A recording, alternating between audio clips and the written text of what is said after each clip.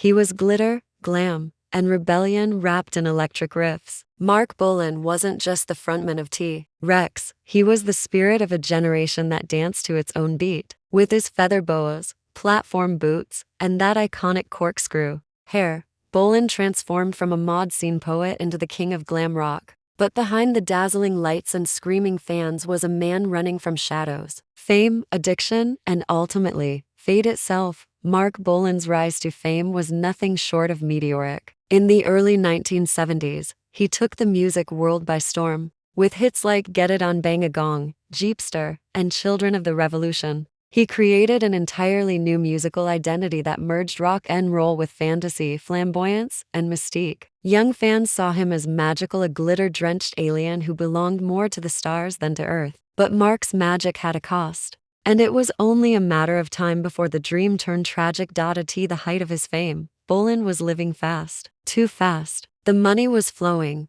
and so was the pressure. Critics turned on him, calling him overhyped and outdated. By the mid-70s, once celebrated as a genius, he was now being mocked. Behind the scenes, the rejection hit hard. Bolan, who had once been full of swagger, started spiraling. Drugs, alcohol, and insecurity began taking their toll. Even his longtime partner and collaborator, producer Tony Visconti, noted how fame warped Bolan's personality. Despite his struggles, Marc wasn't finished. In 1977, he was making a comeback. He slimmed down, sharpened his sound, and was back on TV with his own music show, Marc, featuring performances by rising punk bands. He was bridging the gap between glam rock and punk and proving that he still had that rock star fire in his soul. The world was just starting to rediscover him. But destiny had a cruel twist. Waiting, on the early morning of September 16, 1977, just 2 weeks shy of his 30th birthday, Marc Bolan's life came to a sudden, heartbreaking end. He was riding in a purple Mini 1-75 GT driven by his girlfriend,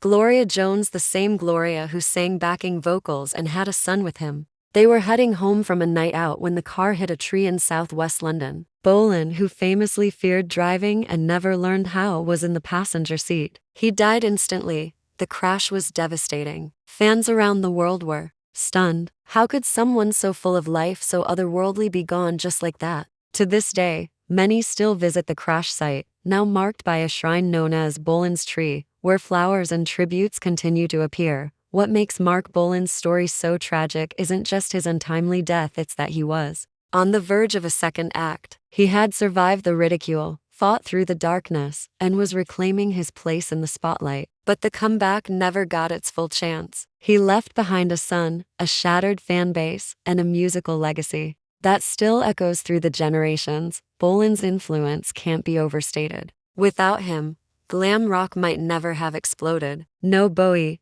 Ziggy Stardust, no Sweet, no early punk vibes. Artists from Prince to Noel Gallagher have cited Bolan as a major inspiration. He changed music, fashion, and culture. But like so many bright burning stars, he didn't get the time he deserved to enjoy the legacy he built. Marc Bolan lived like one of his songs, full of strange beauty, explosive energy, and a touch of melancholy. And just like that, he was gone, leaving only glitter in his wake.